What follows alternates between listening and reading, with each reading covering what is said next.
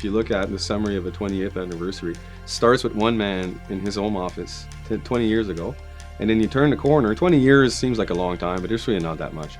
You turn around and you have 2,000 employees, 3 world-class operations, 1/4 in the cars that's ready to go. It's pretty darn fantastic, and that's not coming out of thin air. This is good decision-making, following through on ideas and thoughts that are going some places, having the right people in the right time working together to deliver on that, and having great assets to deliver.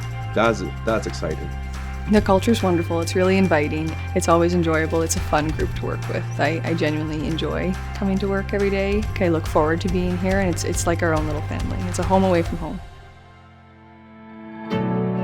En Alamos llevo trabajando 18 años, 3 meses, y me encanta la minería, por eso sigo trabajando en lo mismo. The group that we have here is fantastic, not just within our own department, but the entire group. There's a real broad cross-section of people to be able to run the business that we run on an everyday basis. So, having the opportunity to work with different disciplines in those environments, I always find it very rewarding and very challenging. Growing the company wouldn't happen without a really strong management team. We have a long track record of working together. That relationship is really built on collaboration and trust. And we have a board that's very supportive of the strategy that we've looked to implement. And it's really that type of cohesion that is fundamental for companies to operate successfully over the long term. Celebrar 20 años con Alamos para mí significa que es una empresa firme, una empresa fuerte y da esperanzas a que sigan muchos años más de trabajo. Más tiempo colaborando con esta empresa tan importante.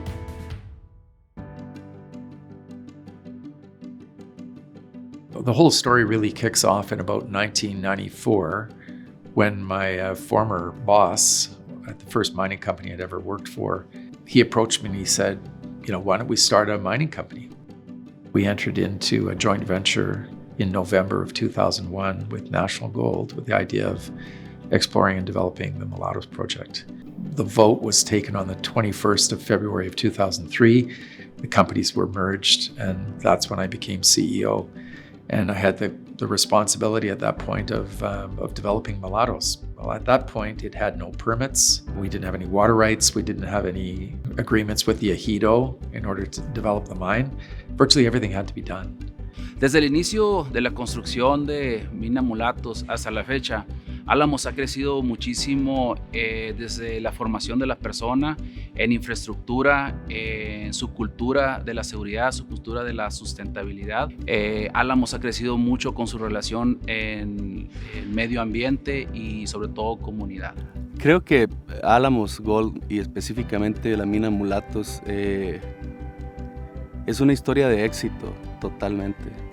Es increíble ser parte de la historia y presenciar cómo después de 20 años una mina y una empresa como Alamos Gold ha podido diversificarse de tal manera de tener presencia a nivel mundial. Started out with John's acquisition of the Mulatos mine, got that up and running, and optimized and managed to generate a lot of cash flow from that operation, and then used that to put ourselves in a position where we had a strong balance sheet and were able to execute on M&A during down cycles in the market. It took a while before we decided to make an acquisition. We did sort of acquire a few exploration projects along the way. One of them happened to be in Turkey, where we ultimately delineated about 3 million ounces of gold.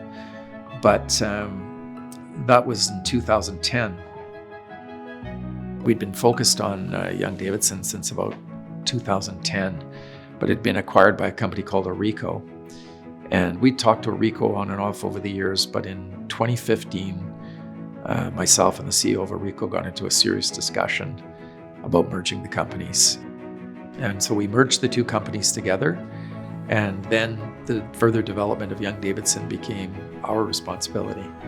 And we poured several $100 million into Young-Davidson between the completion of that merger in late 2015 and 2020, and ultimately built out all the lower mine infrastructure and turned it into an 8,000 ton per day operation.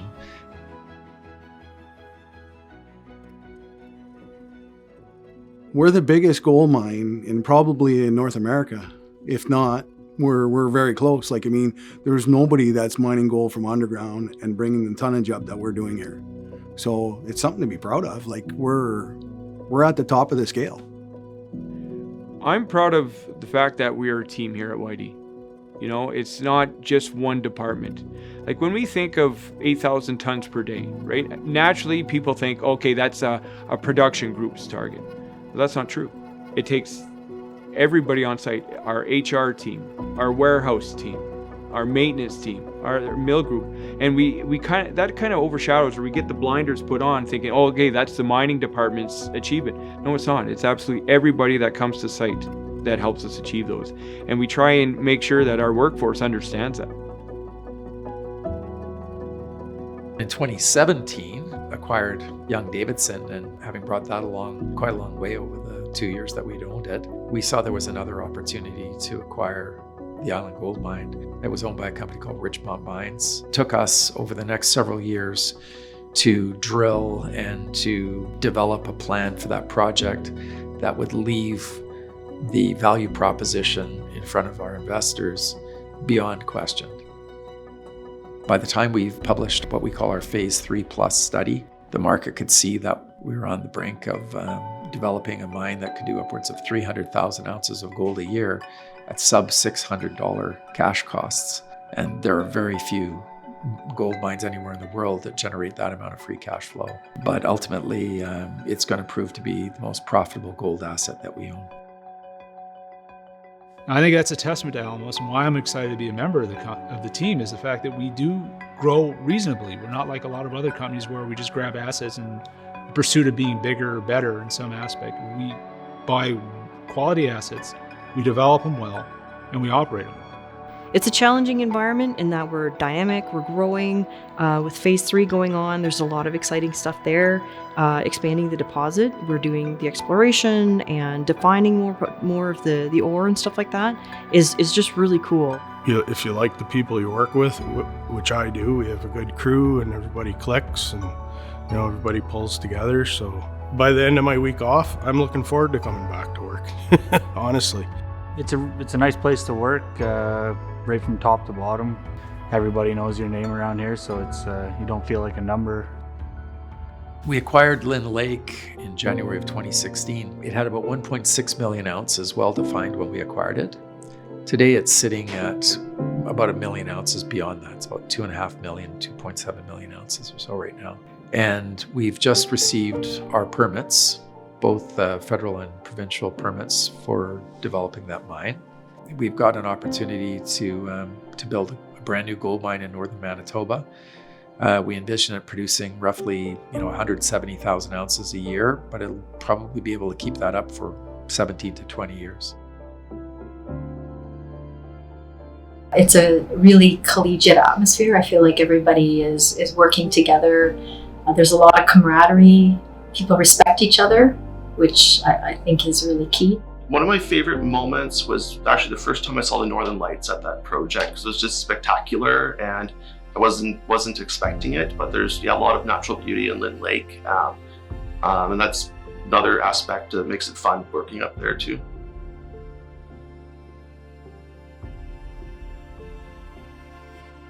We acquired 2 producing assets and a development stage project all over a 3-year period. They were all done at very attractive prices. They were highly accretive to our company, and they were done at a gold price environment that is significantly below where we are today. So that really set us up well for the long term in terms of generating shareholder value. And if you look at Island Gold and Young-Davidson alone, those 2 combined have generated close to $2 billion of shareholder value.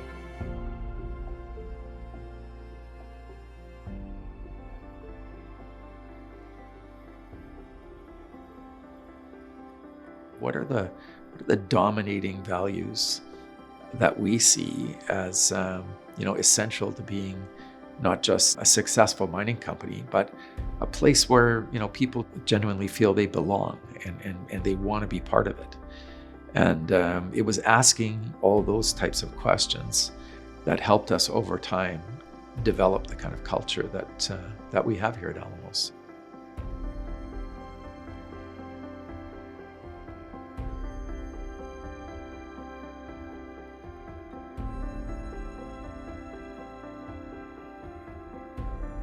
The culture that we have at Alamos is really centered around our safety systems. Regardless of who you are and what position you hold in the organization, everybody has that responsibility for your own personal safety, but also for the safety of everybody else on site. I personally think voices are heard, the workers' voices are heard, and we do a terrific job with health and safety. Our people go underground safely every morning. Their personal protective equipment is provided to them from day one. Alamos shows that the value is that everyone should be able to work in a safe environment and have that opportunity to expect that we are following the highest criteria and ensuring that everyone can be safe at the workplace. You can't be a mining company without putting environmental sustainability right at the forefront of your value statement, because first of all, your employees want to know that you care about the environment. Environmental sustainability and health and safety are really at the forefront, which is really important. It's not so much production based; it's more so we want to make sure that the land that we are on and that we're impacting, that we can have a positive impact in the future. Bueno, el medio ambiente es todo el sitio en lo que convivimos diariamente. Nuestro aire, nuestra agua, la vegetación es parte de nuestra vida. We've developed our own sustainability framework. We have, developed a number of internal standards. We now have a much more comprehensive sustainability report. Last year, for example, we announced a greenhouse gas absolute reduction of 30% by 2030, which was a pretty significant milestone moment for the company. I do believe that culture really starts at the top and flows right through the entire organization. And so it really is a culture of trusting the people that you've got on your team. You win as a team, you have hard times as a team, you can go through them and succeed as a team. And I think, having that sense of unity and having that comfort that you're not alone, that's what mining is all about. Es algo satisfactorio, ¿no? Llegar y conseguir muchas cosas, ¿no? Con este trabajo y llegar aquí, el realizar, como lo dije ahorita, ¿no? Las metas, el cooperar, el sentirse alguien que puede ser una base también para los muchachos y llegar a las metas de cada día, de cada semana, ¿no? Estos 14 días.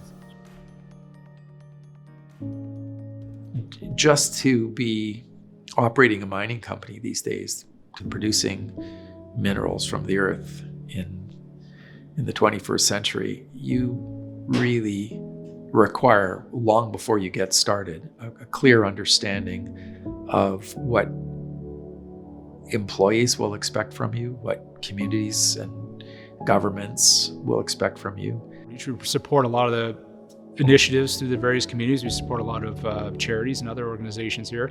We want to make sure that we are seen as the good neighbor. For me, one of the things that gets me excited about coming to work every day is how far we've come as a company in terms of our relationships with Indigenous communities here in Canada.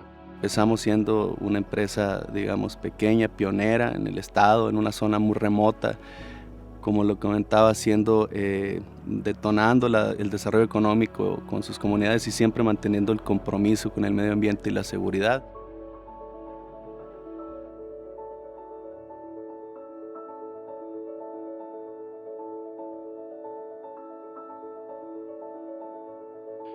Thinking about what's coming in the next 3 to 5 years, it's going to be an awesome place to work. It's going to be one of the most up-to-date companies in the area, if not in Ontario, and it's going to be the place that everybody wants to be. There's a huge future ahead of us in terms of, mine reserves and jobs for the future. Our kids could potentially be working here, and our friends. It's just great for all the communities in which we operate. Part of that legacy is what attracted me to the company, right? In terms of how much they've been able to grow within that time, and and a chance to be a part of carrying that on and being a part of the future. I don't think there's any intent to slow down. Really, what gets me excited is thinking about the future of the company. The Island Gold expansion is probably the biggest single project that Alamos has ever undertaken.